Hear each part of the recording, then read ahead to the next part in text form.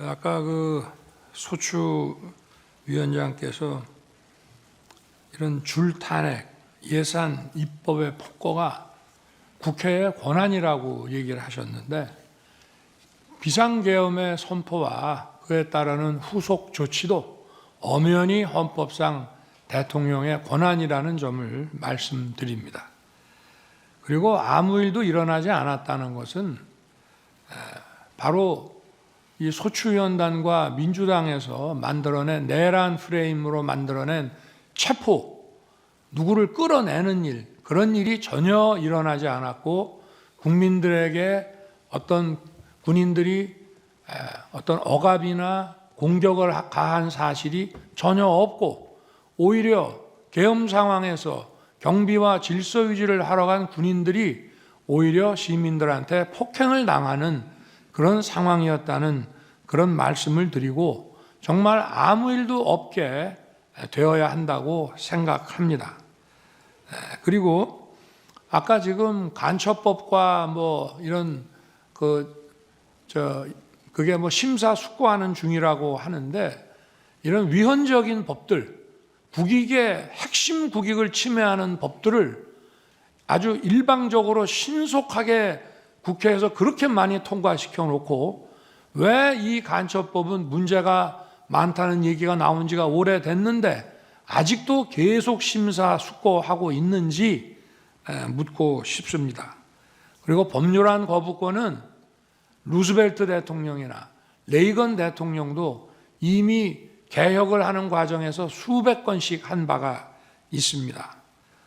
그리고 아까 국회 국방부 지휘통제실의 결심지원실에 제가 좀 시간 다른 사람들 보기에 조금 있었다고 하는 것은 제가 거기서 보려고 했던 것은 국회법이었고요. 근데 국방부에 국회법이 없는지 자꾸 뭘 검령집을 가지고 오는데 국회법이 없더라고요. 저는 사무실에서 나올 때는 계엄 해제 요구 결의안 통과라는 것을 명시적으로 못 봤습니다. 회의하다가 갑자기 바로 옆 건물에 지통실이 있다는 생각을 하고 거기 한번 가봐야 되겠다고 해서 거기 딱 들어가니까 통과 이게 쫙 이렇게 나오더라고요. 그래서 제가 우원식 의장과 의원들끼리 그 약간의 논란이 있었던 것이 생각이 나서 이거를 계엄 해제는 해야 되는데 문안을 어떻게 만들어야 되나 싶어서 국회법을 가져오라고 그랬더니 제대로 못 갖고 와서 국회법을 가지고 오는데도 시간이 많이 걸렸습니다. 그래서 거기에 집중해서 읽고 있다가 이제 그 두 분이 오셔가지고 바로 제 방에 갔고 민정수석에게 이 문안 때문에 그러니까 빨리 좀 검토를 해봐라 해서 그냥 그대로 수용해서 하는 거로 저걸 했고요. 그러고 나서 국방장관과 계엄사령관 박한수 총장을 불러서 군 철수시키라고 이제 지시를 했고, 그러고 이제 이미 국회 국무위원들은 비서실장이 다 불러놨기 때문에 기다리고 있는데 제가 시간이 좀 걸린다고 그래서 국무위원들 오는데 계엄 해제시까지 그냥 기다릴 게 아니라 먼저 언론 브리핑을 국민들한테 해야 되겠다 싶어가지고 간단한 그 담화문을 작성하도록 하고 그게 다 됐다고 그래서 내려가서 이제 준비시켰다가 발표를 하고 나니까 이제 정족수가 다 차서 곧 국무회의 해제 국무회의를 한다고 했습니다. 아까 비상계엄 선포 전 국무회의가 그 전부터 계속됐지만 정족수가 채워져 가지고 5분밖에 안 한 국무회의라고 했는데 해제 국무회의는 1분밖에 안 했습니다.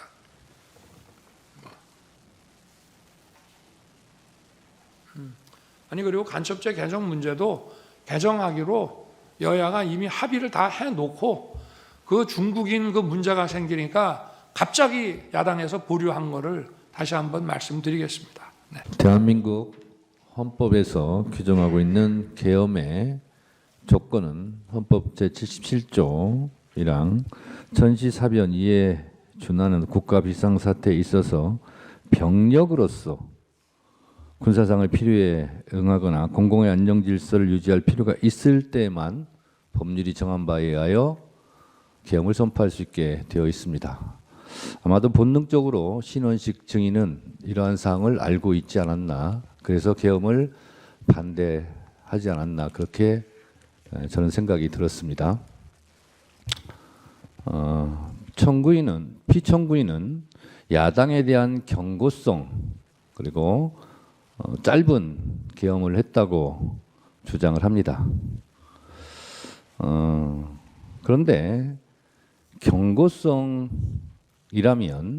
비상계엄 선포문에 옐로우 카드가 아닌 레드 카드보다 더 심한 야당과 국회에 대한 용어는 쓰지 않지 않았을까라는 생각이 듭니다.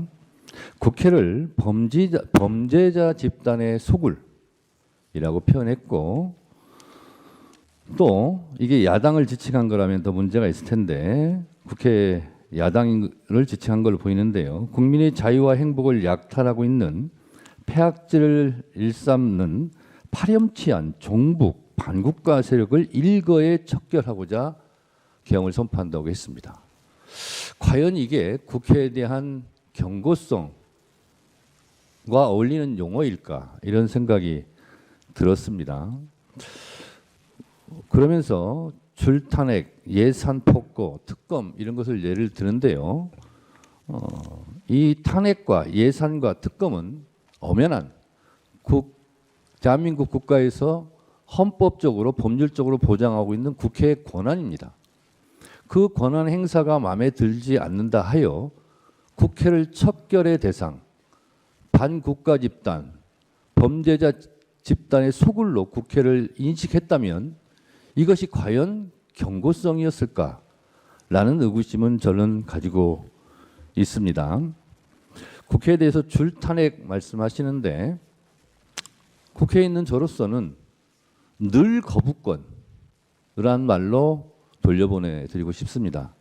무려 거부권은 역대 대통령이 상상할 수 없을 정도의 25차례 정도의 거부권을 행사했습니다. 정말 경고성이었다라면 그냥 경고하면 될 것을 헌법에서 보장하고 있지 않는 엄연한 헌법 파괴 행위인 국회에 군대를 보내지 말았어야죠. 청구인은 아무 일도 일어나지 않았다라는 식으로 태연하게 말씀하시는데 지금 신원식 안보실장 등 많은 국무위원들이 이곳 헌법재판소와 국회 증인으로 지금 소환되고 있고 수사기관의 수사를 받고 있고 내란죄로 중형을 받을 처지에 있을 뿐만 아니라, 그리고 하늘의 별이라는 군 장성들이 수십 명이 지금 수사받고 내란죄로 중형을 받을 처지에 있습니다. 이것을 대통령 단 한 사람의 지시, 명령에 의해서 수행한 사람들이, 이렇게 수많은 사람들이 고통을 받고 있는데 이런 상황에서도 아무 일도 일어나지 않았다라고 말하는 인식에 저는 동의할 수 없고, 아무 일도 일어나지 않았다라고 말하기에 앞서 아무 일도 하지 말았어야죠. 그렇다면 이런 일이 없었겠죠. 그래서 오늘 또다시 두 가지만 말씀드리자면, 제가 국회 소추위원으로 법사위원장으로 간첩죄에 대해서 거대 야당이 막았다고 그러는데 저희는 막은 적이 없습니다. 법안 소위나 그리고 법사위 전체회의에서 여러 가지 조정할 필요가 있고 좀 심사숙고할 필요가 있기 때문에 공청회 등 그런 수기 과정을 거치자라고 해서 지금 보류되어 있는 상태지 야당이 결코 막았거나 이것이 간첩죄가 무산됐다거나 한 일이 없습니다. 그리고 아까 증언 과정에서 나왔다시피 초급 간부에 대한 국방 예산은 정부의 편성권을 갖고 있는 편성을 자체를 하지 않은 걸 가지고 야당의 책임을 떠넘기는 것은 참으로 비겁한 일이다, 이렇게 생각이 들어서 하나하나 팩트 체크도 진실이 드러나고 있는 만큼 또 야당에 대한 경고성 계엄은 결코 아니었다라는 생각이 저는 듭니다. 이상입니다.